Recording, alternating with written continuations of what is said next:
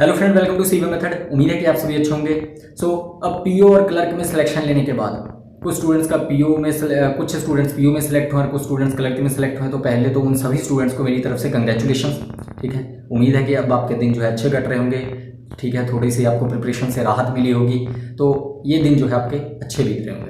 लेकिन यहाँ पे भी आपके मन में चिंता चल रही होगी कि डीवी की डेट कब आएगी, ठीक है, कब तक ज्वाइनिंग होगी। तो ये सारे जो है आपके ख्याल जो है ना मन में आपके दौड़ते होंगे। तो उसी को लेकर हम आज डिस्कस करेंगे। ठीक है, क्या होता है क्या नहीं, क्या सिलेक्ट होने के बाद भी क्या डीवी में कोई कठिनाइयों का सामना करना पड़ता है। तो उन सभी चीज़ों को लेकर हम डिस्कस करेंगे। एंड तक वीडियो को जरूर देखिएगा। अगर आप चैनल पे नहीं है तो चैनल को जरूर सब्सक्राइब करें ताकि जितनी भी बैंकिंग अपडेट्स हैं वो आप तक पहुंचती रहे। तो देखिए, अब क्या है, आप सिलेक्ट हो चुके हो, आपका नेम आ चुका है, आपको बैंक अलॉट कर दिया गया है। सबसे पहले मैं आपको बता दूं कि बैंक टू बैंक ये चीज़ें डिपेंड करती हैं। कुछ बैंक जो है बहुत जल्दी डीवी के लिए बुला लेते हैं, कुछ बैंक जो है काफ़ी महीने लगा देते हैं, काफ़ी महीने बिता देते हैं। ठीक है, तो बैंक टू बैंक चीज़ें डिपेंड करती हैं।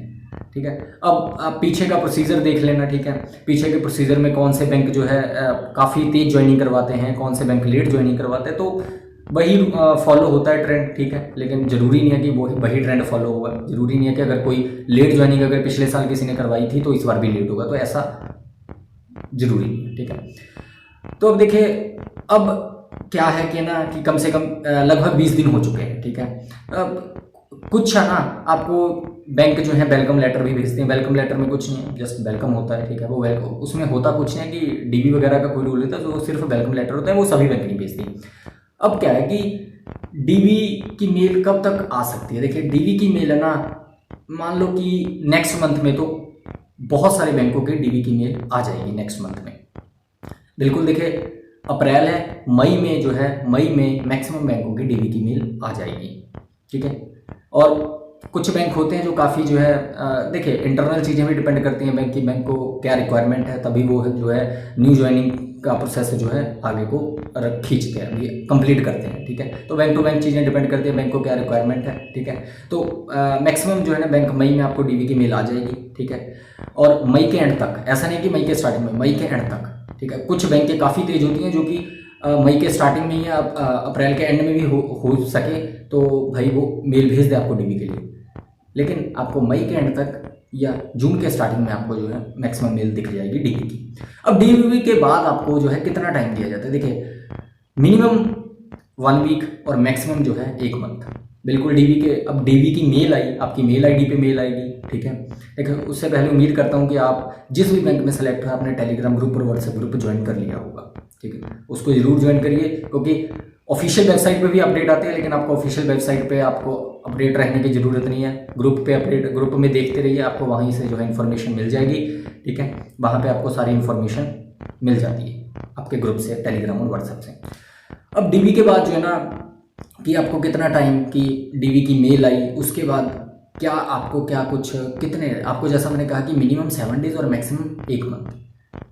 ठीक है, अब वो आपका टाइम होता है कि आप जो है डॉक्यूमेंट्स वगैरह जो भी हैं आप अरेंज कर लें। लेकिन इस टाइम पे आप क्या कर सकते हो, अगर आपकी मेल वगैरह नहीं आई ना, तो इस टाइम पे आप क्या कर सकते हो। इस टाइम पे आप जैसे कि अपने जो सर्टिफिकेट्स वगैरह है ना, ग्रेजुएशंस के हो गए, आपके आधार कार्ड पैन कार्ड वगैरह हो गए, ये ठीक है, identity certificates, identity address proof, ये सारे जो प्रूफ हो गए, इनको अपनी आप कॉपी करवा के रखें, 3 कॉपी। ठीक है, आधार कार्ड वगैरह की का ज़्यादा करवा लेना, लेकिन जो सर्टिफिकेट है ग्रेजुएशंस के, ठीक है, और भी जैसे अपने कास्ट सर्टिफिकेट है। देखिए, कास्ट सर्टिफिकेट को लेकर मैं कुछ आपको कहना चाहूँगा। देखिए, कास्ट सर्टिफिकेट नोटिफिकेशन में फाइनेंशियल ईयर लिखा होता है। फाइनेंशियल मैं बताऊँ कि जो सिलेक्ट हुए इस बार, तो उनका 1 अप्रैल 2021 से लेकर 31 मार्च 2022 के बीच में वो सर्टिफिकेट बना होना चाहिए।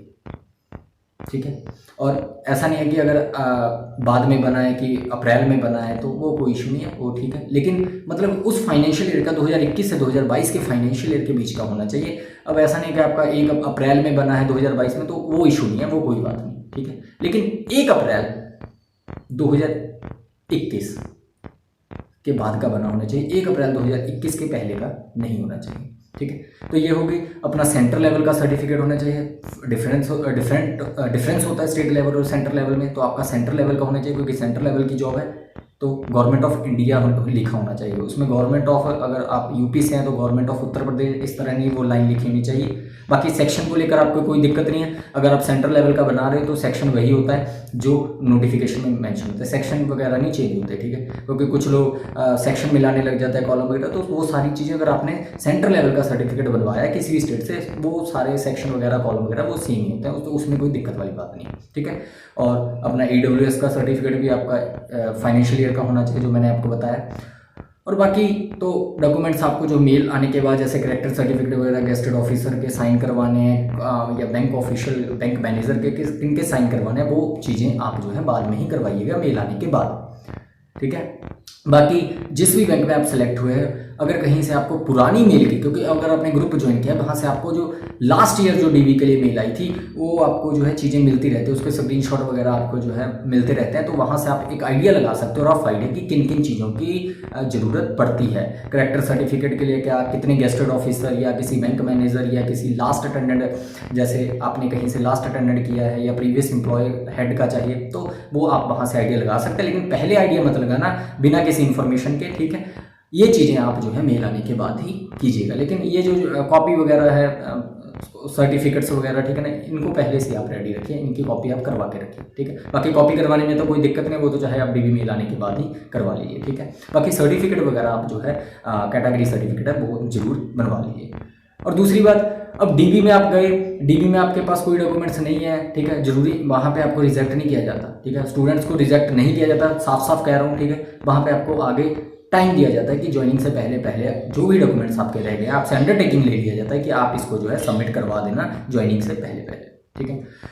तो DV की मेल आएगी, DV के मेल के बाद आपको वहाँ पे डेट्स लिखी होंगी कि कितना समय है। मेडिकल भी होता है, ठीक है, मेडिकल बिल्कुल होगा, तो मेडिकल का कोई दिक्कत नहीं है। वहाँ पे आपको बैंक्स, कुछ बैंक्स आपको ना आपको वो देते हैं कि अच्छा आप ना अपने नियरेस्ट यहाँ पे जा सकते हो, ठीक है, करवा सकते हो। बाकी नॉर्मली अगर आप मेडिकल जो टेस्ट हैं वो नॉर्मल आप किसी सिविल हॉस्पिटल वगैरह में जाके करवा सकते हो, बस आपको CMO के साइन उस पर चाहिए होते हैं, ठीक है। नहीं तो बैंक जो है अपने रेफरेंस भी दे देती है कि आप यहाँ से करवा लो, तो फिर कोई दिक्कत नहीं होती, ठीक है। कुछ बैंकों में ऐसा होता है कि आप मेडिकल टेस्ट सारे करवा लीजिए, ठीक है, CMO वगैरह के साइन, जो मेडिकल ऑफिसर के साइन है, वो जब आप DV करवाने जाओगे तो वहाँ पे भी वो बैठे होते हैं, वहाँ पे भी जो कॉस्ट वगैरह लगते हैं वो कॉस्ट लेके जो है मेडिकल ऑफिसर साइन कर देते हैं, ठीक है। तो उसको लेकर कोई दिक्कत नहीं है, बस मेडिकल में कोई दिक्कत नहीं आती।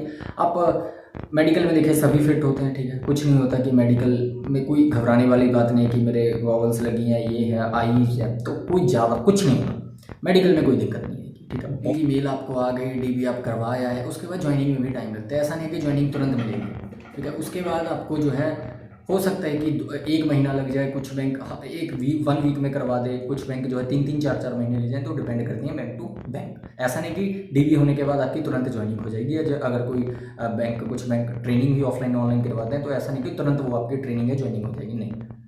कुछ बैंक 1 हफ्ते में ही आपको कंप्लीट करवा देगी, कुछ बैंक जो है 2-2, 3-3, 4-4 महीने भी ले लेगी, ठीक है। तो बस यही है और कुछ नहीं है, बाकी कोई घबराने वाली बात नहीं है। मौज करिए, मस्ती करिए। टाइम निकालना मुझे पता है काफ़ी मुश्किल हो रहा होगा, वो टाइम निकालना भी आपका मुश्किल हो रहा होगा जब आप प्रिपरेशन करते थे कि कितना पढ़ें, अब खाली टाइम भी नहीं आपसे निकल रहा होगा। बिल्कुल देखिए ऐसा ही होता है, ठीक है।